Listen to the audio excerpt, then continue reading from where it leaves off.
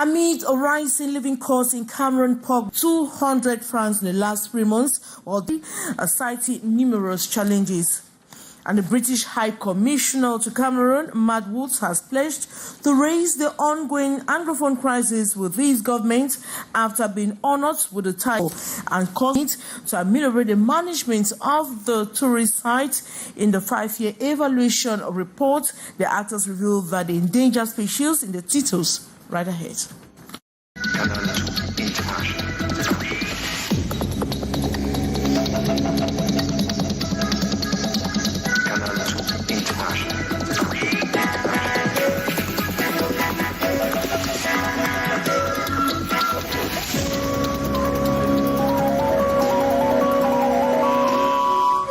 Good evening once more. Amid rising living costs in Cameroon, pork vendors report that prices for this beef have escalated approximately from 2,800 francs CFA to approximately 3,200 francs in the last 3 months, while demand has drastically decreased. Many pork roasters are progressively leaving the business, citing numerous challenges. As we end the following story with our reporter, Latu Cynthia. In the bustling Dokoti Douala 5 subdivision, counters are filled with pork, but the lively atmosphere conceals the struggle of vendors and buyers alike. They report significant price increases over the past 3 months, leading to reduced demands. Demand has fallen. People are no longer consuming pork because the prices are high. Spending 3,000 francs to buy just 1 kilogram of pork is becoming difficult for many. Additionally, pork meat is scarce, as rearers claim that feet have increased. At the pork roasting counters, the number of pieces available has dwindled, much to the dismay of buyers. Vendors indicate that many are quitting the business due to poor returns attributed to high prices. 2,200 francs. Dokoti used to be bursting with people roasting pork, but now many are leaving for other ventures. However, customers argue that it's too expensive. Bulk vendors further emphasize the scarcity in the market, claiming that prices from rearers have also risen. If rearers reduce their prices, we will follow suit. They are the ones who determine market prices and are increasing them while telling us that feed prices have gone up. With limited regulations in the pork market, vendors set their own prices. They fear that prices will continue to surge. And let's now take a closer look at the charcoal market, where the prices have surged 500 francs CFA to approximately 10,000 francs. Vendors attribute the rise to several factors, particularly the numerous checkpoints along the route from the forest in Yabasi, the Cliquez to Douala. Cynthia Lato has the rest of the story. In this charcoal trick center at the Dokpasi market in Douala, vendors are voicing their frustrations as the price of this essential product continues to climb, significantly affecting their profits. Over the past 4 years, the price of a bag of charcoal has risen from 7,500 francs CFA to 10,000 francs CFA. Charcoal has become too expensive. 5 liters that used to sell at 800 francs now cost 1,300 francs. While 3 liters, which were 300 francs, has increased to 500 francs. A small bowl that used to cost 200 francs is now priced at 300 francs. Wholesalers report that controls on truck transporting charcoal from the littoral and south regions have intensified recently. Coupled with rising fuel prices, they argue these factors are driving up market prices. We are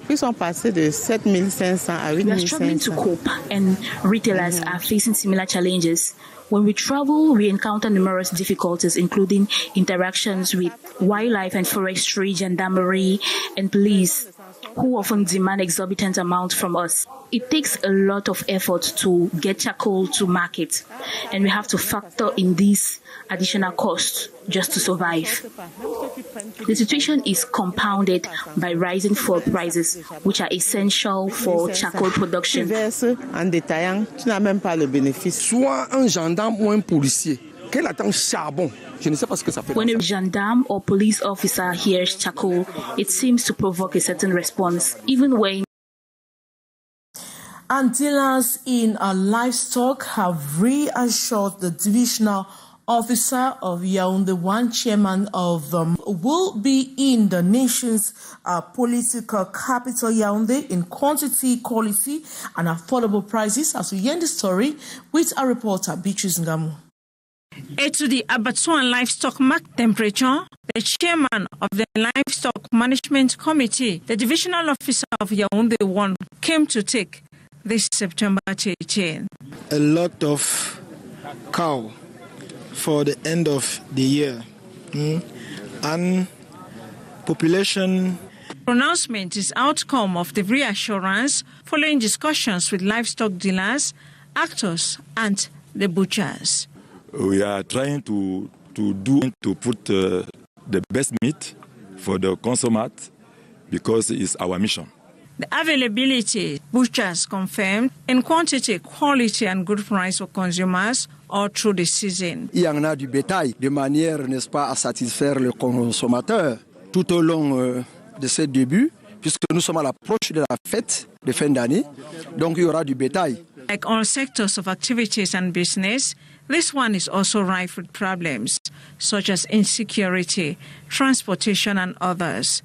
Issues the chairman of the Livestock Management Committee listened attentively, insisting on cooperation and solution as a team. As they operate as a chain, the impact on one trickles down to the other and always goes with chain consequences if not well handled, and the consumers often bear the brunt. And the British High Commissioner Anglophone crisis with his government after being of the fund of coaching in Douala on December 13, 2024. More on the story with our reporter Gladys Ambodiba. In a ceremony rich with culture and tradition, the British High Commissioner to Cameroon, Matt Woods, has been decorated with the honorary title of Tumfo by the Fund of Caution. Douala, December 13, 2024, celebrated the long-standing ties between Cameroon and the United Kingdom while showcasing the vibrant cultural heritage of the Northwest region. I said, oh, the Northwest. But this is the center of culture in Cameroon. And in terms of British-Cameroonian links. Speaking at the event, Matt Woods promised to relay the concerns of the Anglophone crisis to the British government. For peace and for dialogue, and I'm very happy to convey that message. And what we can do is to support Cameroonians' efforts towards peace, because violence is, of course, not the answer. And it is sad for me to meet the Fond here in Douala and not to be able to meet him in the Northwest. The Fond of Caution, along with other custodians of tradition, used the occasion to call on the British High Commissioner to support development initiatives in their community and advocate for peace in the conflict-hit regions of Cameroon. I want to thank the British High Commission for coming here. I'm passing a message here to the British government that I'm calling on them to bring their support. Britain is a more advanced nation. Cameroon is an underdeveloped country. We are trying to develop like Britain, and so we are calling on them to bring their high technology and know-how to contribute and support Cameroon government so we can regain peace. By accepting the title of Tumfo, a traditional spokesperson, the British High Commissioner has been entrusted with the responsibility of amplifying the voice of the Caution Fandom on the international stage. Tumfo is a very big title in the village, or in the Fandom.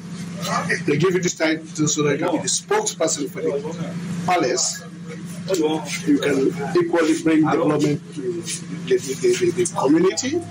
You also assist the funds in all the traditional activities. Community will expect much from you, but they look upon you now to bring all what they need, peace. Talk peace between the different fandoms, help to also resolve problems for the elites in that community. The ceremony was marked by colorful traditional dances and cultural displays that captivated attendees. At one point, the High Commissioner joined the dancers, moving to the rhythm of the drums, much to the delight of the crowd. And Cameroon, one of Africa's most climate vulnerable nations, is stepping up its efforts to combat the effects of global warming with initiatives to meet international commitments under the Paris Agreement. More on the story reads our reporter, Gladys Ambudiba. Cameroon is grappling with the harsh realities of climate change, with the northern and littoral regions hardest hit by climate-related vulnerabilities, from devastating floods to prolonged drought, worsening food insecurity. Our country is one of the most vulnerable countries in the world, and with Paris Agreement, we have Article 13, who asks us to make some effort for the transparency, to enhance capacity on greenhouse emission, analyzes the data, and the good practice on IPCC for us to see how we can manage, how we can follow our engagement on the Paris Agreement in NDC. As a signatory to the Paris Agreement, Cameroon is obligated to reduce greenhouse gas emissions by 35% by 2030.